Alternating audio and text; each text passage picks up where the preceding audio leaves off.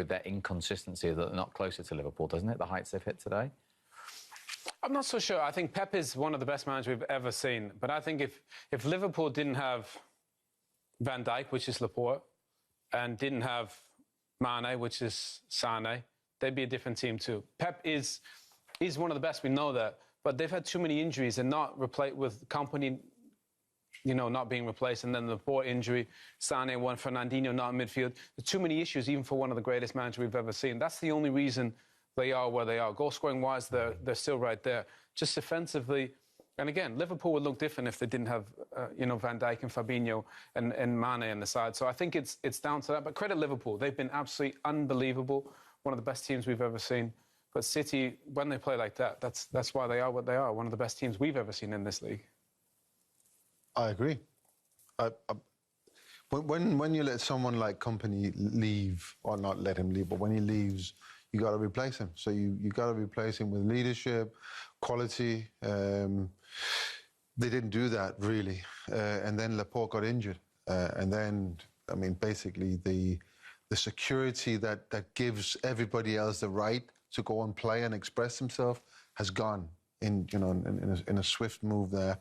And you can argue that Otamendi is an okay player, but he's not a Company. He's not a Laporte. And they've been struggling in games defensively. They have been. And that's why they are this far behind Liverpool. But with this display today, the display against Manchester United midweek, and some of their recent displays, the one against Leicester as well, you kind of think that they can go on and win the rest of their games, and that will take them to 95. Really? You think? Well, who's going to beat them? The way they play today. And they got Laporte coming back, and they got Sane coming back. Do they sign someone as well? You look at the bench. So if you go through the substitutions, 300 million on the bench. Bernardo Silva and Sterling were there. Yeah, you take Bernardo. Yeah, you take someone up. Gundogan comes on. Kyle Walker. It's just Kyle Walker's on the. Kyle Walker has been one of the best City players. He's had a fantastic season. He's on the bench. Sterling's on the bench, and you have to ask yourself the question: on this level of performance, who can beat Man City? Who can? So yeah, and they've what is it? 16 games left. Last season it was 14 wins. And had the game been another two games longer, or the season's been another 2 games longer, they would have won them as well. So you can see them winning the rest of their games. Liverpool are 61 points, got the same number, actually one more game left, so they can, of course, on their current run, extend to plus 100 or 100 plus, which, I think they have to go with on this form. But, what City did today was just fantastic. And you've trained with him, you've seen him close up. How good is he? Yeah, he's special. And I think the one thing you used to realise about Sergio, when you got the ball into him, in and around the box, the way he just shifted the ball with his low centre of gravity, you couldn't get anywhere near him. By the time he got it out of his feet and shot, the ball was already in the net. Defenders hadn't even really adjusted to the first move. That's how sharp he was. And we saw it, I think, on the last goal where he smashed into the roof of the net. It happens so quick. And he gets it out of his feet and he shimmies almost, and he shoots almost all in the same time. And because the centre-backs are 6'2", 6'3", nobody can get near him. We think about the goal, that iconic one against QPR. That's Sergio. He always takes a touch. He's on the move and he shoots. And he does it as good as anyone. In tight spaces, with these guys, with David Silva and De Bruyne and Mahrez, the service that he gets, he's just in the perfect team. That's probably why he stayed 9 years, because the service that he gets allows him to get a lot of these goals. And the way Pep plays suits him perfectly. Yeah, Pep doesn't really like him. Maybe doesn't like him off the ball. No, it's amazing because he's not come out saying it, but he's been trying to replace him, hasn't he? So he's not played him from the beginning of the season, giving somebody else like Jesus an opportunity. And yet he comes back, he bounces back, and he fits into the way that Pep wants to play. And if you look at the way he plays from a goalkeeper's perspective, what we do is we always try to read the picture, what that's developing, and then we take our position and put the balance of weight on what's going to happen next. But with him, you have no idea. You can't read him. We saw that in the third goal today. The back lift, it's nothing. He actually kicks it in what you would expect the wrong moment. the first goal he scored where he takes one touch, then the next. It just all the time challenges you on your position and your balance. And it's just, I mean, my God, what a player he is, and I'm surprised he's been here 9 years. 9 years already. And we just saw him at his clinical best with his 12th Premier League hat-trick to go above Alan Shearer and grab the match ball today. Yeah, amazing numbers for him. Do you think about what Alan Shearer achieved in this league, greatest score ever? Am I going to put the ball? Because I can't, the goalkeeper's static, and that's well, more often than not, it's what makes you save the ball, that you've put that little bit of doubt into the striker's mind. But with him, it just absolutely smashes the ball through him. So his top overseas scorer, as you saw there, has gone ahead of Thierry Henry. Interestingly, 7 of his 12 hat-tricks have come under Pep Guardiola. Has Pep Guardiola even taken him a little bit to another level? I think Pep wanted him to work more off the ball. And I think when Gabriel Jesus came in, he gave Manchester City there. I remember when they played with Sterling and Jesus and Sané, and they ripped teams to shreds with their, they were really young and exciting and they pressed. Sergio's never really done that and never had to do that. I think Sergio's adjusted. And I think actually Pep has adjusted to the fact that, like Company, he wasn't a first choice under Pep. He's almost irreplaceable to the City team. If you want to get to the heights that they want to win the Champions League, Sergio has to start in one of those games. Vincent Kompany earned the right to start. And with that crucial goal, you realise how important he was to the team. And I think Pep, fair play to Pep and to Sergio, they've adjusted to each other. And I think that's what the great ones do. But I think in Pep's time, you can argue that he's added better players that suits his style better, because he's a goal poacher, isn't he? He get the ball in the box, he will score more often than not. So you got players like Kevin De Bruyne. I mean, we talk about Aguero at the moment, but we could talk about him as man of the match for what he did in the period that he was on. You got Mahrez today, he scored 2, but the way he provides as well. You got David Silva there. I mean, he has got players who can actually play him into his strength. And I agree, he's adjusted. We haven't seen him score many goals from outside the box, but he's done that. He did that last season against Leicester. He's done it today.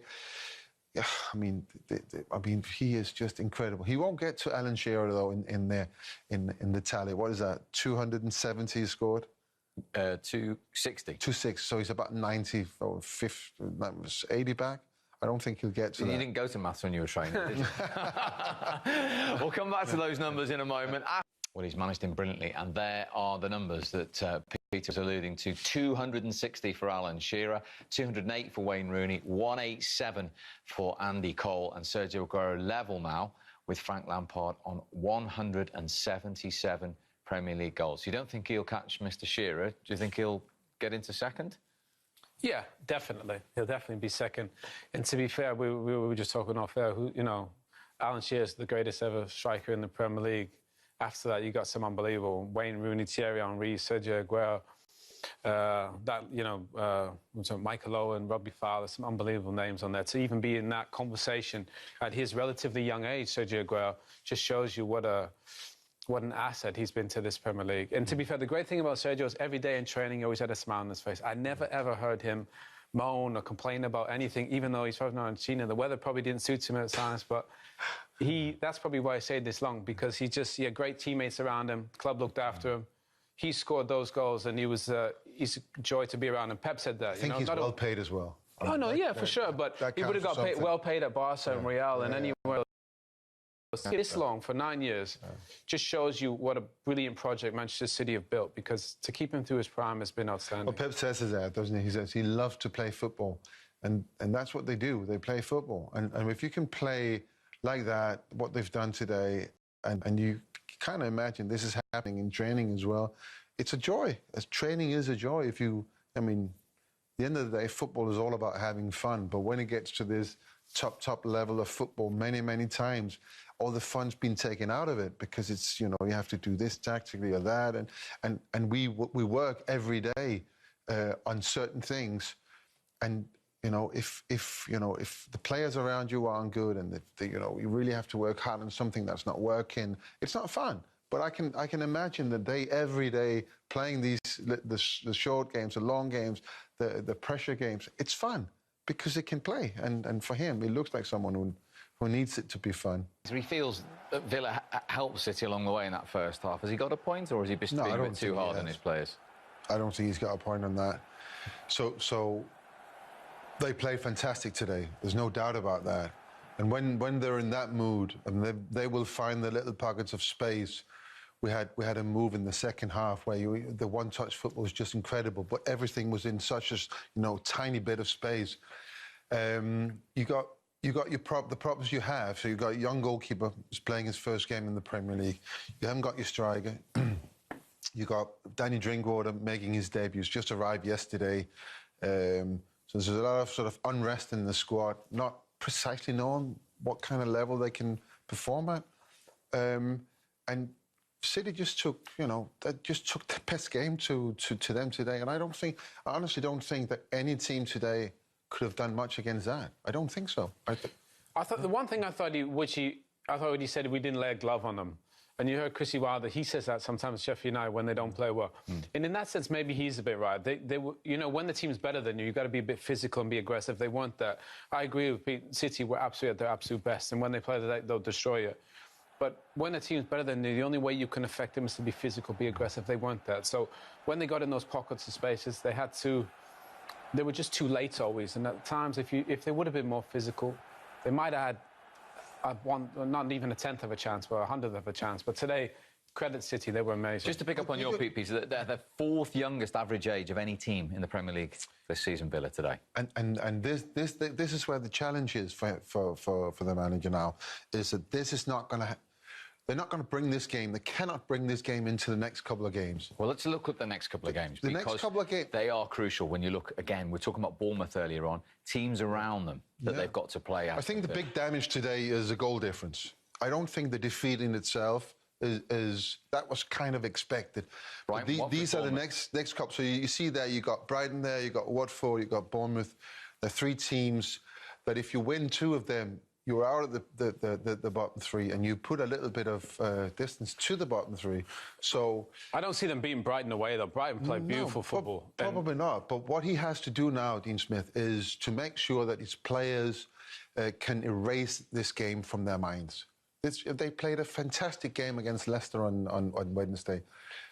Pick on the positives from that, and then just accept that today we got turned over by a team which is probably the best team in the world when they play like that. And this is what happens when you play against the best. The bigger question they have is they've spent 100 million in the summer. With the position that they're in, do they spend again? Because the injuries you talked about. That's what I mean. So you got Wesley and you got McGinn, some of the most influential players. We saw Pepperini in the stands. Well, so obviously, that won't cost much. He's on loan from AC Milan. But the point is, if they feel like they might actually could go down, do the owners want to invest another 40, 50 million in case, they might not get that back? So it's a difficult, really, one for them, because I think they're in the difficult position. They don't have the depth that the big teams have, even though they've spent like one of the big teams. And now missing those guys is just super unlucky, because I thought McGinn was outstanding. Wesley was finding his form. So it's a difficult one, that one, because... for a club like Aston Villa, I mean, you can spend as much as you like, but where are you going to go and get the quality in January? Where are you going to go and get someone who'll score you 10 goals or 12 goals? Well, they need a centre forward. Yeah, but where are you going to get that player from? Because everybody wants goals. Everybody are looking at it now and thinking, we need goals. So everyone will be competing for the guys who can score goals. So Batshuayi, they got Batshuayi, Giroud there at Chelsea. Try and find a way. Those guys have scored goals. Put a cheeky offer in. I mean, I think Palace just signed Cenk Tosun, didn't they? You got to make a move if you're in a position like they are. I think they need a number 9. And if they don't get... Do you really fear for Villa in this scrap at the moment? I have to go back to Wednesday night. They played really well on Wednesday night. They did. And if they can find those kind of performances in some of the next games, I don't think it's a done deal for them. Today, it's something they need to forget. It happens in football. You get turned over, you make mistakes or whatever it is, but the real art in being a top professional footballer is how you recover. And that's where the manager, he has to be really, really good. You got John Terry in there as well, who's been in that position and can help these players. And I'm looking at Bournemouth today, and I'm comparing. Aston Villa is a much better team. Yeah. They are. So win one or two of the next and give yourself a little bit of breathing space, and there's a chance. Not as optimistic just because of the injuries and the form. But I think with Dean Smith and as positive he is, I think they can find a way out, but they need to find something they can hang their hats on. With the injuries that they have, it's tough. OK, gentlemen, thank you very much, Steve, for your